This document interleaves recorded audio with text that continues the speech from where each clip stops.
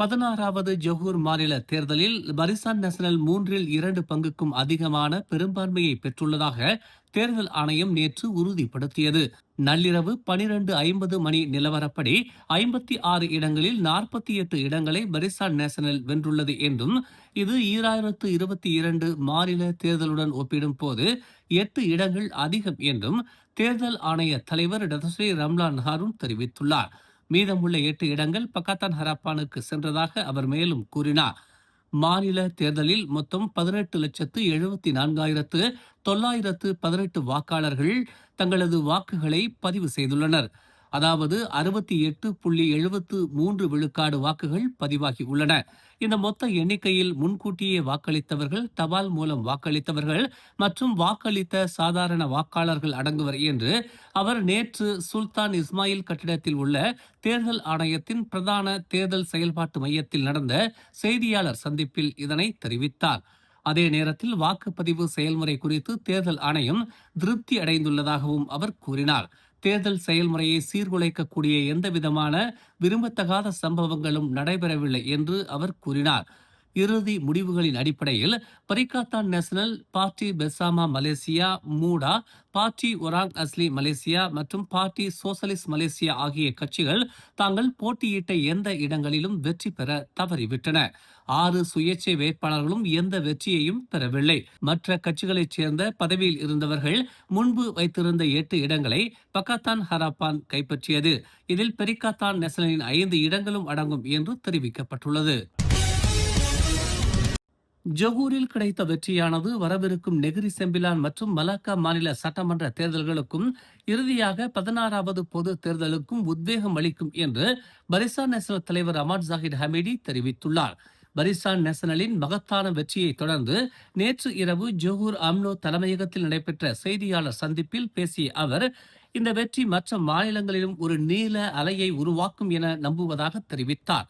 ஜொஹூர் தேர்தலின் அதிகாரப்பூர்வமற்ற முடிவுகள் ஜொஹூர் பரிசான் நேஷனல் தலைவர் ஓன் ஹபீஸ் காசியின் மாநில அரசாங்கத்தின் மீது மக்கள் வைத்துள்ள நம்பிக்கையை பிரதிபலிப்பதாக ஜாகித் தெரிவித்தார்.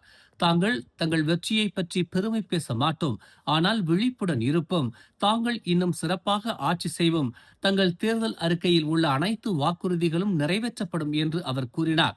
மேலும் மாநிலத்திற்கான புத்ராஜயாவின் வளர்ச்சி திட்டங்கள் திறம்பட செயல்படுத்தப்படுவதை உறுதி செய்ய ஜொஹூர் அரசாங்கம் தொடர்ந்து புத்ராஜயாவுடன் நெருக்கமாக பணியாற்றும் என்றும் ஜாகித் கூறினார். இந்த ஒத்துழைப்பு மாநில அரசுக்கு மட்டுமல்ல, மத்திய அரசுக்கும் பலனளிக்கும் என்று அவர் கூறினார். பரிசான் நேஷனலின் இந்த மகத்தான வெற்றிக்கு ஓன் ஹபீஸே காரணம் என்று கூறிய ஜாகித், இது மந்திரி பசாராக அவரது அதிகாரப்பூர்வ மற்றும் தனிப்பட்ட வெற்றி என்று விவரித்தார். ஜொஹூர் மாநில தேர்தலில் பரிசான் நேஷனல் பெற்ற வெற்றிக்கு பிரதமர் அன்வார் இப்ராஹிம் வாழ்த்து தெரிவித்ததோடு, இப்போது முன்னோக்கி செல்லவும் மேலும் செழிப்பான மற்றும் முற்போக்கான மாநிலத்தை உருவாக்கவும் ஒன்றிணைந்து செயல்பட நேரம் வந்துவிட்டதாக தெரிவித்துள்ளார். பக்காத்தான் ஹராப்பான் தலைவரான அன்வார், பரிசான் நேஷனல் தனது பொறுப்புகளை மாநிலத்திற்கும் அதன் மக்களுக்கும் சிறந்த நலன் கருதி நிறைவேற்றும் என்று தாம் நம்புவதாக தெரிவித்துள்ளார். மேலும் ஜொஹூர் மீதான மத்திய அரசின் அர்ப்பணிப்பை அவர் மீண்டும் உறுதிப்படுத்தினார். புத்ராஜயா மாநிலத்தின் வளர்ச்சி திட்டங்களை தொடர்ந்து வலுப்படுத்தும் என்றும் அதன் மக்களின் நல்வாழ்வை மேம்படுத்தும் என்றும் அவர் கூறினார்.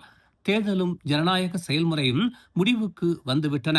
இப்போது நாம் முன்னோக்கி செல்லவும், சேவைக்கும் மக்களுக்கான நமது பொறுப்புக்கும் முன்னுரிமை அளிக்கவும், மேலும் செழிப்பான மற்றும் முற்போக்கான ஜொஹூரை உருவாக்க ஒன்றிணைந்து செயல்படவும் நேரம் வந்துவிட்டது என்று அவர் தெரிவித்துள்ளார். ஜொஹூர் மாநில தேர்தலில் போட்டியிட்ட 4 இடங்களிலும் பரிசான் நேஷனல் கூட்டணி கட்சியான மாயிகா வெற்றி பெற்றதன் மூலம் தமக்கு இன்னும் ஆதரவு உள்ளது என்பதை நிரூபித்துள்ளது. அதிகாரப்பூர்வமற்ற முடிவுகளின்படி அக்கட்சி வென்ற இடங்களில் ஒன்று பெர்லிங் என்று தெரிவிக்கப்பட்டுள்ளது.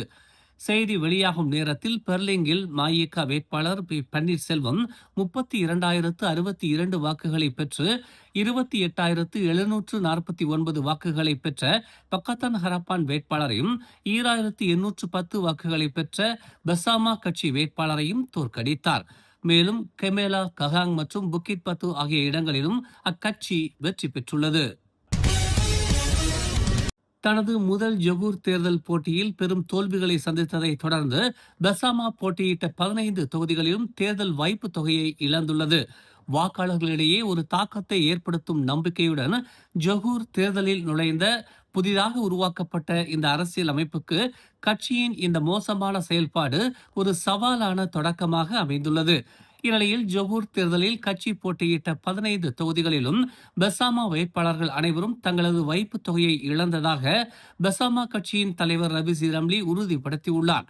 நேற்று இரவு எக்ஸ் தளத்தில் அவர் வெளியிட்ட ஒரு பதிவில் இதுவரை கிடைத்துள்ள தகவலின்படி பதிவான மொத்த வாக்குகளில் பெர்சாமா வேட்பாளர்கள் சராசரியாக 3 விழுக்காடு முதல் 6 விழுக்காடு வரை பெற்றுள்ளதாக தெரிவித்தார். குறைந்தபட்சம் 12.5 விழுக்காடு வாக்குகளை பெறாததால் பெர்சாமாவின் வேட்பாளர்கள் அனைவரும் தங்களது வைப்பு தொகையை இழந்துள்ளதாக அவர் குறிப்பிட்டார். ஜொகூர் தேர்தல் முடிவுகளை பெர்சாமா விரிவாக ஆராய்ந்து எதிர்கால தேர்தல்களில் தனது அணுகுமுறையை செம்மைப்படுத்தும் என்று அவர் கூறினார். ஜொகூர் மாநில சட்டமன்றத்தில் MCA 8 இடங்களை கைப்பற்றியுள்ளது. MCAவிற்கு இது ஒரு பெரிய சாதனை என்று வர்ணிக்கப்படுகிறது.